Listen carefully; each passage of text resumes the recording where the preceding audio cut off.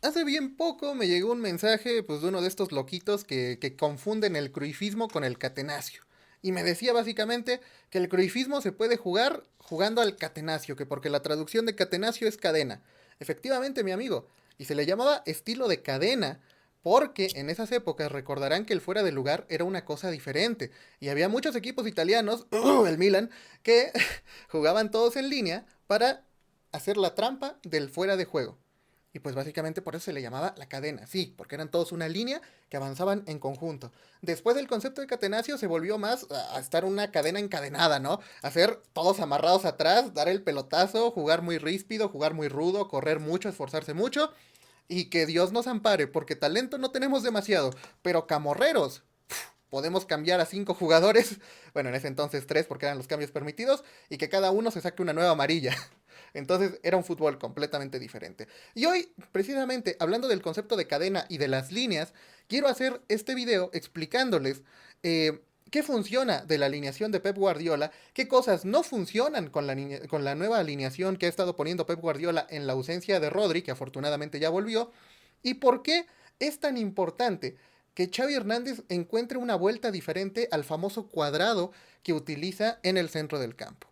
Y para esto vamos a utilizar la típica y mítica 4-3-3 y, por supuesto, este dibujo que siempre me ha parecido precioso de las alineaciones de Guardiola. Aquí podemos ver perfectamente el concepto de irregularidad en las líneas. Porque claro, si siguiéramos el concepto del catenaccio, de hacer líneas, de hacer siempre líneas, líneas, entonces tendríamos que poner, por ejemplo, a los laterales aquí o aquí. Pero si se dan cuenta, en ese entonces, tanto Cancelo, que mira que ahora está en el Barça, y Sinchenko, que mira que ahora está en el Arsenal, tanto Cancelo como Sinchenko se metían al centro del campo prácticamente como centrocampistas, y de esta manera, dejando su posición natural, conseguían hacer pases diagonales. Porque claro, Emerick Laporte tiene siempre dos pases muy fáciles, tanto Fernandinho como Sinchenko, ambos pases en diagonal. Después Sinchenko tiene siempre dos pases, tanto Sterling como Gundogan, ambos en diagonal. Después Cancelo también tiene dos pases, tanto Bernardo Silva como Kevin De Bruyne o Riyad Mahrez. Entonces siempre todos los jugadores tienen al menos dos pases en diagonal fáciles para hacer. ¿Y cómo consigues que siempre existan pases en diagonal? Teniendo asimetría numérica. ¿Y cómo consigues la asimetría numérica? Pues muy fácil. Simplemente tienes que hacer n más 1. Si tienes en este caso en la portería 1, n más 1 son 2. ¿Cómo consigues que los siguientes sean 2 jugadores y no 4? Cambias la posición de los laterales para que ahora es 1 y 2. Después, n más 1, 2 más 1, 3. Tienes aquí ya a los dos laterales y al contención. Tienes los 3 jugadores que necesitabas. Pero después, ¿cómo sigues la sucesión? También puede ser n-1. Entonces nuevamente tienes dos, los dos interiores. Y después, la línea de 3 que ya de por sí, que ya de por sí tienes perfectamente puros pases diagonales. Y si te das cuenta, el portero tiene siempre dos pases diagonales. Los defensas centrales tienen siempre dos pases diagonales. Si te das cuenta, el contención siempre tiene dos pases diagonales. Y aquí se rompe un poquito porque pues, el lateral no siempre tiene dos pases diagonales, tiene uno nada más. Pero por supuesto, mientras que vas avanzando en el cruifismo, normalmente tú no quieres que las líneas estén súper adelantadas hasta arriba porque no les vas a mandar un pelotazo, vas a jugar a la posesión. Entonces aquí los extremos tienen una gran virtud porque primero tienen que jugar hacia atrás para poder generar juego y después tienen que picar hacia adelante para poder generar las internadas. Realmente en el esquema 4-3-3 el que más sufre, el que más se tiene que desgastar, por así decirlo, es uno de los dos extremos. Que no necesariamente, porque hay varias maneras en las que estos, por ejemplo, Jack Grealish, nunca pica hacia el frente. No lo hace porque hay un Erling Haaland que ya está haciendo esa labor. No es necesario. Ya sé que no es el número de Haaland, pero bueno, ustedes entienden que esto simplemente es para representar los puntitos. No les puedo quitar los números. O a lo mejor sí, pero no tengo idea cómo se hace y no me interesa saber cómo se hace ahorita. Bueno, el punto. Siempre hay una doble opción de pase. Y en este esquema, en esta hermosa pirámide que propone Pep Guardiola, sobra un jugador. ¿Y este jugador qué hace? Puede ser tanto el 9 de área, el 9 fijo, como lo es en el actual Manchester City, o puede ser el falso 9, como en la época de Messi, donde este se mueve aquí, aquí, aquí, aquí, por acá, donde él quiera, para generar más superioridades numéricas. Entonces, aparte de que el esquema táctico ya te permite formar triángulos, aparte de eso, tienes un jugador que te da todavía más variables. Esto matemáticamente hablando es una locura. Esto matemáticamente hablando no tiene nombre. No hay forma de parar esto, siempre y cuando esté bien hecho, obviamente. Me dirán, oye, pero el otro día Pep sufrió un montón en salida contra el Aston Villa. Es verdad, de Unai Emery, por cierto, equipazo. ¿Qué es lo que pasó? Guardiola en ese partido jugó con doble pivote. ¿Por qué jugó con doble pivote? Porque estaba Rodri lesionado. Y, voy a cambiarlos porque me da algo de cringe ver el número 9 ahí. Jugó con doble pivote. ¿Por qué jugó con doble pivote? Porque básicamente al no estar Rodri le daba miedo que le fueran a comer la defensa porque Calvin Phillips, con todo respeto para Calvin, pero es un desastre. Creo que el que jugó fue Rico Lewis y no me acuerdo quién jugó la otra contención, pero bueno, no importa. Después, Julián Álvarez está que se sale. Y Erling Haaland, pues no tanto, pero es Erling Haaland, no lo puedes poner en la banca. Entonces, como Guardiola no quería poner esto, como Guardiola no quería poner 4-4-2, pues termina siendo una cosa rara, como poniéndole una especie de suerte de media punta, intercambiando posiciones con sus compañeros, intercambiando posiciones con el propio Haaland, pero a fin de cuentas terminó jugando con una especie de media punta. ¿Y qué pasa aquí? Que en la primera línea sí tienes uno. Después, si adelantas a estos, por supuesto que sigues teniendo dos. O en el caso de Guardiola, como lo que intentaba más o menos, era que uno suba y que el otro baje y hacemos una especie de falsa línea de tres, pero no termina realmente de formarse esos hermosos triángulos. Y esto es lo que le costó mucho la salida. Y con un Aston Villa que te pone el 4-4-2, en el 4-4-2 del Aston Villa, básicamente los dos centrales marcan con los dos centrales. Entonces casi siempre te obligan a salir por las bandas, que ya de por sí eso incomoda mucho a los equipos de Guardiola. Y por las bandas tienes nuevamente superioridad numérica de 2 contra uno. Entonces los jugadores que además ni siquiera son laterales naturales, Guardiola estaba apostando por usar centrales jugando en las bandas. Entonces tampoco se sentían cómodos ni dando pases ni tratando de regatear. Y luego contra dos, imposible, completamente imposible. Después, Unai Emery muy inteligentemente con un doble pivote se estaba comiendo vivo completamente al pobre Julián Álvarez, que aunque alguna vez se logró escapar, pues realmente no pudo hacer nada. Y por supuesto, pues sigues teniendo a los dos centrales. Voy a cambiarlos nuevamente porque me da algo de cosa, los números así tan bizarros, ¿no? Pero bueno, el punto es, claro, con Unai Emery proponiendo esa doble línea, o bueno, si lo quieren ver un poquito más correcto, así, entonces el propio Guardiola se cierra el circuito de pase porque los pases que tiene claros son todos pases frontales. Pases diagonales hay sí, pero solo hay uno. Y después ya no hay realmente pases diagonales. Y el pase más claro que tiene que ser para la salida del balón no tiene pases diagonales, tiene principal pase frontal. ¿Esto a qué te obliga? Pues a que muchas veces tengas que reventar la pelota y regalarla. Claro, con un Pau Torres, el hijo de puta que mide 2 metros 10, con todo y que tengas a Haaland o quien sea, igualmente gana la pelota. Es muy buen central, ¿eh? Muy, muy buen central. Eh, y entonces, claro, en este tipo de esquema, aún si no te estuvieran defendiendo, que yo insisto, Unai Emery hizo un trabajo maravilloso, pero aún si no te estuvieran defendiendo, de cualquier manera te das cuenta de que en esta típica formación 4-5-1, el gran problema es que la mayoría de pases siempre van a ser frontales.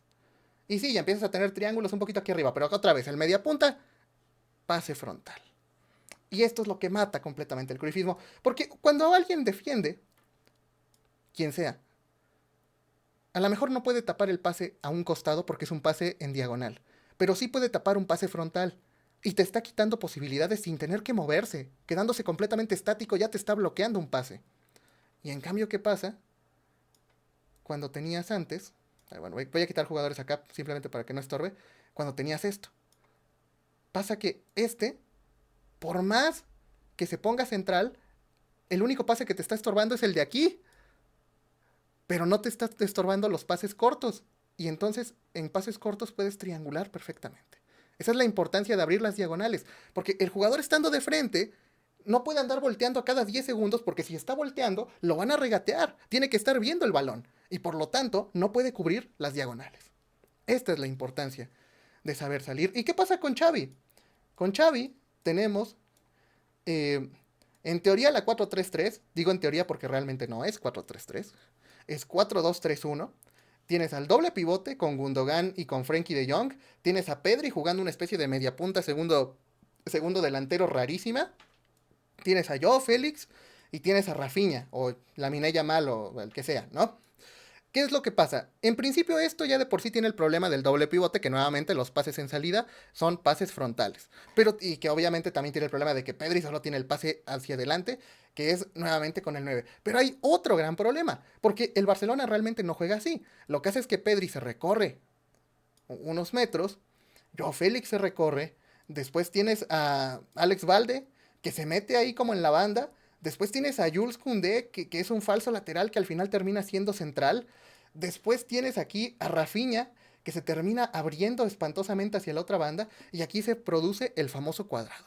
Esto ya de por sí tiene el primer problema, que alguno dirá, en la primera línea ya nos jodimos, porque empezamos y ya tenemos 1 y 3, ambos números nones. Tú para que puedas tener cruifismo, para que puedas tener creación de juego de estilo cruifista, necesitas que sea líneas de 1, 1, 2, 2, 3, 3, 4. Siempre tiene que ser números pares con números nones. Tienes número non con número non. Tienes 1 y 3.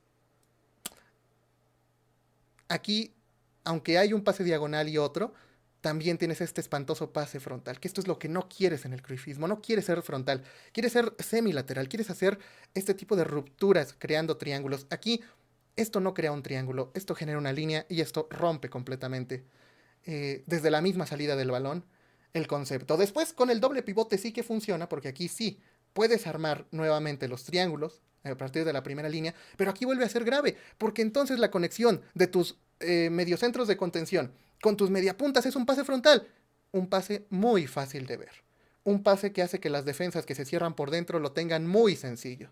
¿Y cuál es el problema? Que sí, tienen un pase diagonal. El único pase diagonal que tienen es hacia las bandas.